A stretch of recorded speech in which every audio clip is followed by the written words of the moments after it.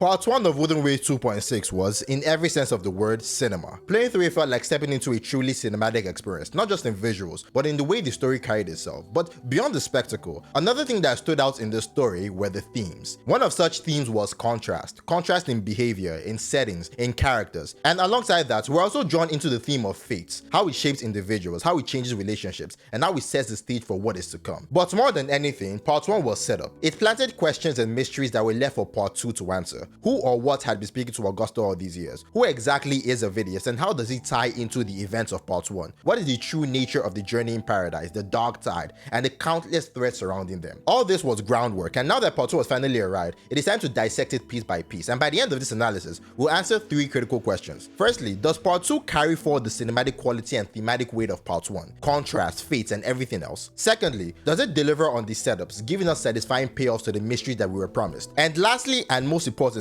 does it elevate Part 1? Does it make us look back and say, now everything in Part 1 makes so much more sense? That's what we're going to talk about. So if you enjoyed this kind of content, make sure to like the video and let me know your thoughts on the story. Did you love it? Did you hate it? Was it interesting, confusing, or somewhere in between? Tell me all that and more in the comments, and of course, subscribe in case you are on any of my future videos. Alright, let's get into it. Part 2 picks up exactly where Part 1 left off. In Part 1, we had already won the battle. The false sovereign had been defeated, Augusta had been crowned the hero of heroes, and naturally, Part 2 opens up with a celebration. The war is over, the people are happy, people are merry, and everything feels like a victory. But that's really all it is, a celebration of a battle, because the game makes it clear, the war is far from over. Even in the middle of all the cheering and festivities, some NPCs voiced their concerns. They were about the dark tide still lurking, reminding us that at any moment another attack could come. And that's when it really hits. Yes, we defeated the false sovereign, but the false sovereign was never the final boss. It was just a pawn, a general, one enemy in a much larger war. And I think that was a clever way to ground us, the players, in reality. The threat still exist, we are not safe yet. Anyway, back to the story. The celebration is in full swing, everything seems fine until something strange starts to happen. Nobody remembers Yuno, and that is insane. Yuno wasn't just some side character, she was a priestess of Septimons, and one of the most important people in the battle. But no matter who we talk to, ordinary NPCs, priestesses, anyone, it's like she never existed. Every single role Yuno played in the fight has been rewritten, replaced with us. Everyone remembers us doing everything Yuno did. And the weirdest part, even Augusta, who was closer to Yuno than anyone, can barely recall her. So at this point in the story, Yuno does not exist. And something I noticed during this whole section was how the rover started to feel gaslit. It wasn't outright stated, but you could see it in the subtle details, their expressions, their tone, the way they carried themselves. Even though they didn't fully believe it, there were moments where the rovers seemed to question Yuno's existence. And honestly,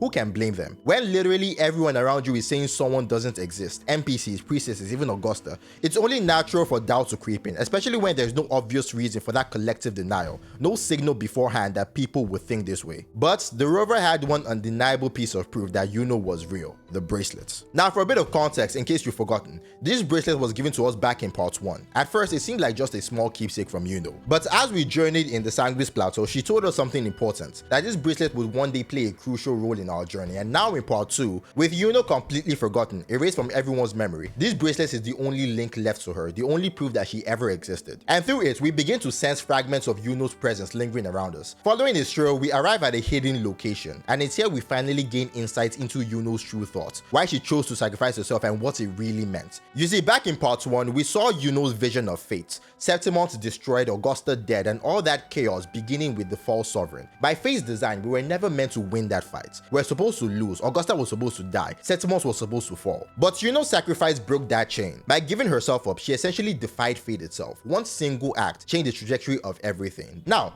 this raises some massive questions, because one thing that's been hammered into us throughout the Septimon story is that fate cannot be changed ever. And back in my Part 1 analysis, I compared it to God of War's version of fate, where it's not about inevitability, but predictability. The idea that humans are so consistent in their choices that you can make educated guesses about their future, and the fact that these guesses are so accurate that it is just mistaken for fate. But in Wuthering Waves, it's different. Here, fate is presented as absolute, unchangeable, and that's why the priestesses of Septimos are so revered, because their visions aren't possibilities, they're certainties. They are things that must come to pass, and yet, Yuno broke it. Now, given the definition of fate that Septimont has drilled into us, then Yuno's sacrifice shouldn't have been an anomaly. It should have been part of that certainty. Her sacrifice should have been something fate had already accounted for. I mean, the only thing I can think of to make sense of everything is the rover, because all throughout the game, the rover had been established as an anomaly, something outside the system of fate itself. Back in version 1, we learned that they're a void, a being fate cannot predict. They were even given the name the Unwritten One in version 2, a being whose destiny is not decided for them but dictated by their own choices. So Rover's involvement in Septimon's story could explain why fate broke down, why Yuno's sacrifice actually mattered. But that brings up even more questions, because if Rover's presence alone was enough to change Septimon's fate, then was Yuno's sacrifice really necessary? Should Yuno have given herself up at all if fate had already failed the moment Rover stepped into the picture? These were thoughts that were running through my head the entire time I played this story. In any case, Rover is not satisfied with Yuno's sacrifice, and they decide that they're going to bring Yuno back. Now, I'll dive deeper into how I feel about this mindset later on, because it's something the rover has carried throughout the entire game. But for now, after reminiscing with Abby about their shared experience with Yuno, Rover sets out for the Tetragon Temple, because if there is any place that could hold a clue about Yuno, this is where it would be. Inside, the rover discovers a hidden passageway filled with mirrors. Some are familiar, others are completely new. But here's where it gets interesting. As we interact with them, the mirrors begin to change. Because of Yuno's absence, and more importantly, her sacrifice, the image that once depicted inevitable destruction of Septimont now shifts into something entirely different. And this moment drives the point home.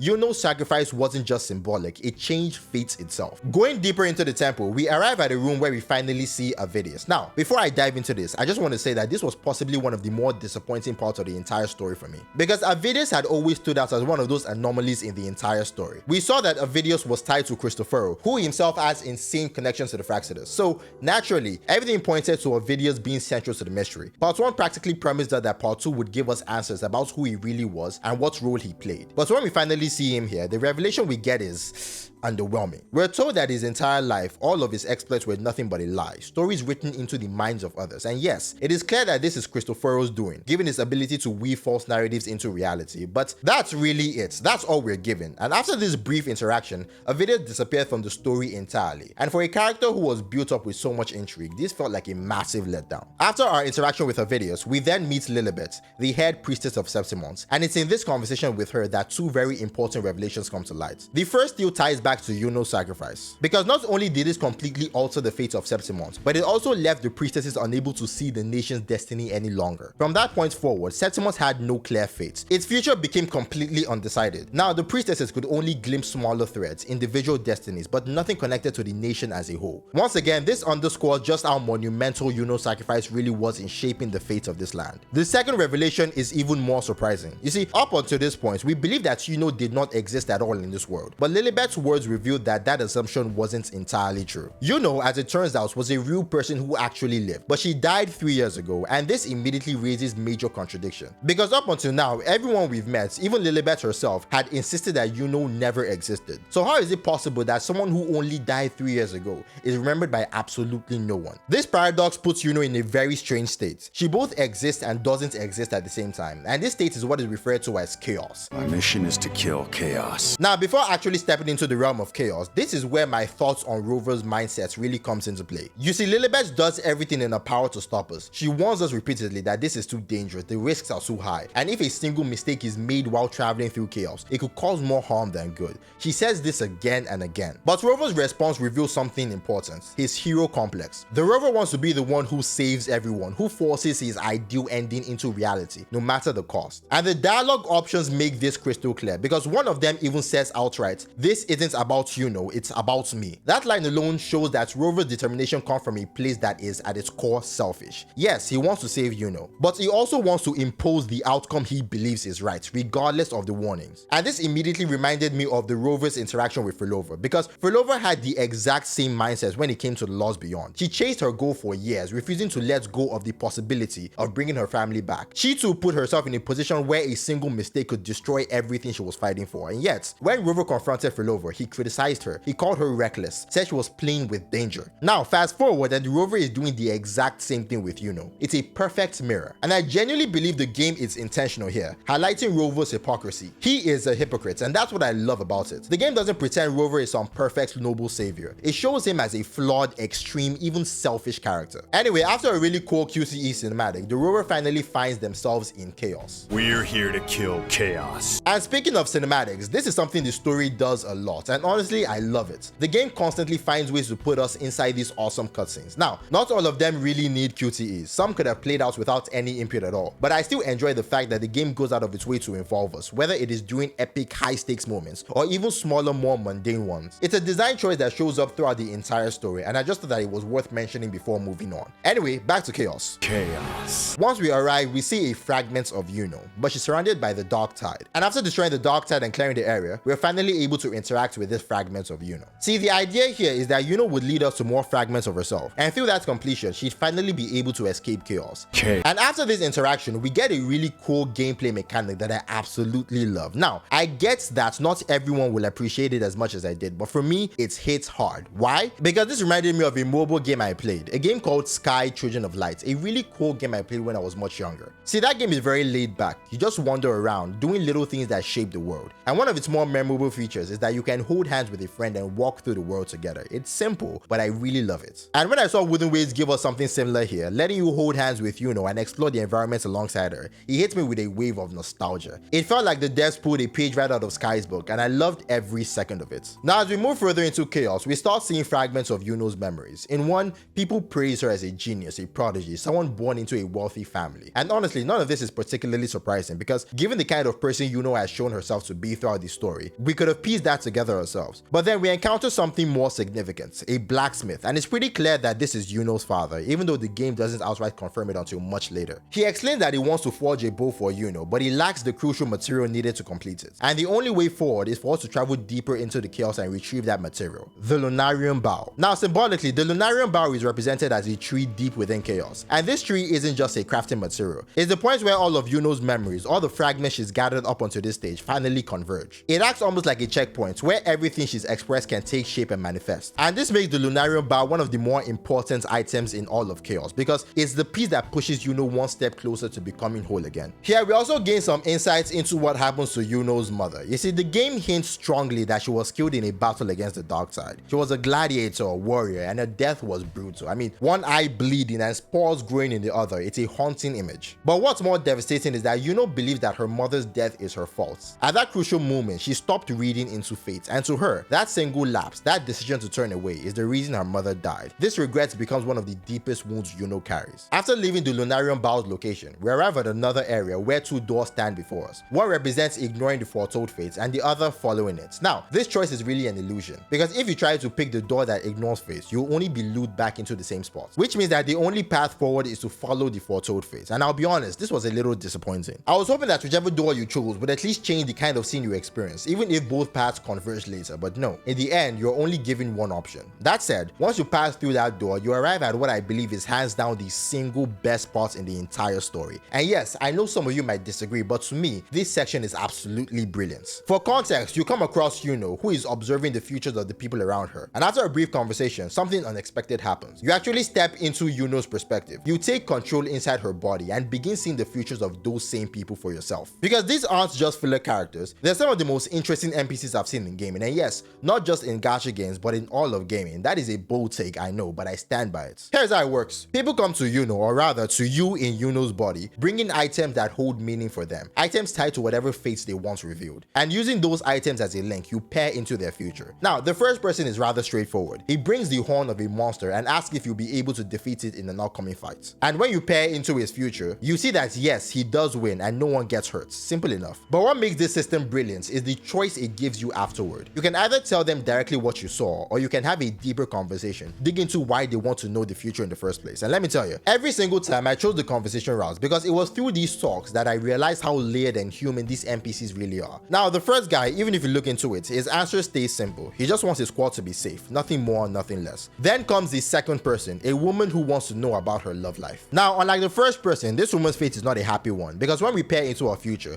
we see that she and her husband eventually separate, and not quietly either. The scene is brutal. Her daughter is crying, her own face is filled with grief, while her husband simply walks away. And again, we're faced with the choice. Do we tell her the harsh truth, or do we encourage her to live in the moments, to enjoy what she has right now, instead of worrying about what is coming? And personally, I chose the second option, because really, what's the point in telling her that she will end up heartbroken? Sometimes ignorance is a gift. But then comes the third person, and this one for me is the single most interesting of them all, because he introduces a very clever twist to the entire concept of fate. And honestly, I wish Wuthering Waves would translate this into an entire quest, because this is a very fascinating idea. You see, the third person is a twin named Clever Nicholas, and honestly, this name suits him perfectly, because what he did was absolutely fascinating. And more than anything else in the entire 2.6 story, whether in part 1 or part 2, Nicholas' story defines the concept of contrast perfectly, a theme that has been with us in the very beginning. Now, Nicholas and his twin brother Kieran always lived in opposition. While Nicholas chose to be a scholar to learn and pursue knowledge, Kieran chose to be a warrior, living by the sword. But then Nicholas discovers something devastating. Kieran was destined to die in battle during the coming summer. So to test fate itself, Nicholas came to us. If he and his brother had always embodied contrast, then he wanted to know, if Kieran was fated to die young, was his own fate to live long? And just like he suspected, his fate was indeed to die late. But here is the truly fascinating part, what Nicholas decided to do after learning this truth. You see, Nicholas and Kieran weren't just twins, they were identical twins. So identical that not even their closest friends, not even their parents could tell them apart. And it was this fact that gave Nicholas his plan. Since he knew that Kieran was destined to die, Nicholas decided to live as Kieran. From that moment on, the world would believe that Nicholas had died while Kieran continued to live, when in reality it was the exact opposite. And honestly, this was such a stupid, simple idea, but at the same time it was an absolutely brilliant one. In a world where fate dictates everything, where even powerful figures like Yuno or the Rover struggle to break free, here was one ordinary man, no special powers, no divine status, who managed to spit in the face of fate. Because when we saw the vision of his death, Nicholas wasn't holding a book, he was holding a sword, which means that from the moment he chose to live as Kieran until the day he died, he carried out his brother's life. To everyone else, Kieran was the one who survived, Nicholas was the one who died. And maybe that sounds small, maybe even insignificant, but for me it was unforgettable. Because while the entire story is about extraordinary heroes trying to fight fate, Nicholas, just one human being, actually managed to outsmart it. And in that little time we had with him, he told one of the most fascinating stories I had ever seen in a very long time. Now, whether I liked or disliked each story in this sequence, they all showed me something important. The world of Septimont is overflowing with interesting, layered, and even heartbreaking people. These NPCs aren't just background noise. They feel like they carry entire lives with struggles and philosophies that sometimes rival even the main quest itself. That's why more than anything, I wish the game would let us dive into their lives. Even if it were completely optional, even if there were no rewards, I wouldn't care. I'd want to do it just to experience their stories. I want to meet Nicholas after he made this choice. I want to see how he lived, how he carried this secret. I want to meet more people like him. Ordinary, fascinating people who make extraordinary choices. Because I believe that if Wuthering Waves leaned into that, letting us walk alongside these small, deeply human stories, it would be unforgettable. After that whole section, we finally return to our own body with Yuno standing beside us. Then we encounter another Lunarium bow, again serving as a checkpoint that gathers and stores all the memories we've just experienced, converging them into Yuno herself. From there, we meet Augusta, and she delivers one of the more fascinating dialogues in this part of the story. She tells us about her very first encounter with Yuno, how Yuno revealed her fate that she would be victorious, and yes, Augusta was not satisfied. To her, that victory didn't feel like something she earned. It felt predetermined. She always believed that she could shape her own destiny, but learning that fate had already decided the outcome left her deeply unsettled. And it's in this unease that Augusta makes her proposal to us. Once again, we're presented with two doors. The first option is to accept Augusta's proposal, to take up the search for the fate of Septimont, and the second is to reject it. But like before, rejection isn't really an option, because if you choose to reject, the story just loops back into where you were. So in truth, the only way forward is to accept Augusta's proposal. When we step through the door, we're finally given insights into one of the most important parts of Yuno's life. As we saw earlier, Yuno was recorded to have died in an event 3 years ago, and it's here that we actually witness the events that led to her death. You see, Yuno foresaw a battle where every soldier involved would die. No survivors, no escape, nothing but tragedy. And for someone who had spent her life burdened with the visions of fate, this was the breaking point. She simply could not stand by and let it happen. So against everything she knew about fate, Yuno chose to follow the soldiers into battle, determined to lend whatever help she could. She knew the outcome was already written, but she refused to just sit there and watch it unfold. Now, this is where things get a little confusing, because before we delve into Yuno's past, the Rover and Yuno were separated. So from this point on, the Rover continues the journey alone, and eventually, the Rover reaches another Lunarium bow, but this time it is accompanied by no other than Yuno's father, the blacksmith we met earlier. And here's where everything connects. See, as we already know, 3 years ago, Yuno followed the soldiers into battle, and the fight was exactly as she predicted, a massacre. Yeah, she tries to help, but the enemy, the Dark Tide side was far too strong. Everything was unfolding just as fate had written. Everyone would die. But if you think back to when we met this blacksmith previously, he said that he would forge Yuno a weapon from the Lunarian bow. And since chaos itself is deeply tied to fate, the only way to help Yuno in that battle 3 years ago was for the rover to cut down the Lunarian bow in the present. But of course, this decision was not without risk. The Lunarian bow is so closely linked to chaos that destroying it would have massive unforeseen circumstances, but the rover chooses to swing anyway. And because of that choice, the blacksmith is able to forge Yuno a bow, a weapon powerful enough to bend fate itself. So the fate Yuno had seen 3 years ago was altered, just slightly, just enough to make a difference. But more importantly, everything that happened was enough to save Yuno and remove her completely from chaos. And because of what unfolded, the fate of Septimus itself was rewritten. Where before, Septimus was doomed to fall to the dark side, now its fate was a void, no longer set in stone. And for the first time, the future of Septimus was unwritten. Anything could happen, and with that, both we and Yuno leave chaos behind and return to the real world. When we arrive though, we find ourselves alone, and there's this absolutely gorgeous render as we soar through the sky, where we see these fleeting, almost haunting cuts of Yuno. The game almost seizes us, making us believe that she is truly gone, completely erased. But then when we finally return to the party, we see her again. Yuno survived. She now exists in this world once more. But the catch though is that no one remembers her. Everyone has forgotten, everyone except us. And while that is bittersweet, it also means something important. Yuno finally exists again, which means that she has a chance to rebuild her bonds, to reforge her relationship with everyone else. And with that, the story of Wuthering Waves 2.6 Part 2 comes to a close. So the big question is, what do I think about this story? Now, before we dive into my personal thoughts, let's answer the big questions I set up at the start of this video. Firstly, does Part 2 carry the same cinematic quality and thematic weight of Part 1? And my answer is absolutely yes. In fact, I think Part 2 does this even better. As I mentioned earlier, there are so many QTEs, so many moments where we were pulled directly into the dialogue and cutscenes, that Part 2 feels like interactive cinema. It doesn't just tell us a story, it makes us live it. And when it comes to the deeper ideas, fates and contrast, Part 2 nails them. This chapter is entirely about fates, and Nicholas and Kieran's story is the perfect embodiment of contrast. Their dynamic, their choices, their defiance is one of the clearest and most impactful exploration of those themes we've seen so far. So yes, Part 2 absolutely carries the cinematic and thematic weight of Part 1, and in my opinion, elevates them even further. Secondly, did Part 2 deliver on the setups and give us satisfying payoffs to the mysteries that we were promised? And this is where Part 2 falls flat for me. In fact, it's the main reason why my rating for Part 2 drops so heavily. Because Part 1 set up so much: the Sanguis Plateau, the Dark Tide, the ongoing war, Avidius, the Fraxidus' involvements, all these threads woven into the narrative. We even got teased with concepts like the Journey in Paradise, the False Sovereign, and its possible ties to Augusta. But in Part 2, none of that was addressed. None. Instead, the entire focus was tied to Yuno's quest. And while Yuno's story was engaging in its own right, the complete lack of follow-through on Part 1 setup left me unsatisfied. And honestly, it's made Part 2 feel disconnected from the very foundation that Part 1 worked so hard to build. With all that being said, for the third question, does Part 2 elevate Part 1? The answer is an obvious no. Now, as a standalone story, Part 2 was good, but was it as strong as the other Septimus stories we've had? Honestly, no. In fact, I believe Part 2 of 2.6 was the weakest Septimus story we've seen so far. I mean, the Frelovo story was absolutely phenomenal, and the 2.4 story, which not only stood on its own, but also gave us satisfying payoffs to the setup in Part 1. And that's what made it feel complete and rewarding, and that's exactly what this story failed to do. Now, I've seen people online throwing around a 9 out of 10 score for Part 2, and I just cannot agree. I think people are abusing what a 9 out of 10 really means, maybe out of belief that Wuthering Waves stories can't dip below a certain threshold. Because if Part 2 had been framed as a companion quest, maybe I'd have rated it higher, but as a main quest, it failed to pay off the setups, it failed to elevate Part 1. And after giving Part 1 a 7 out of 10, I believe that the Part 2 of the 2.6 story gets a solid 6 out of 10. But what do you think of Part 2? What do you think of the story in general? Did you like it? Did you hate it? Were there parts you really enjoyed and parts that just did not work for you? Tell me all that and more in the comments, and as always, I'll catch you in the next one.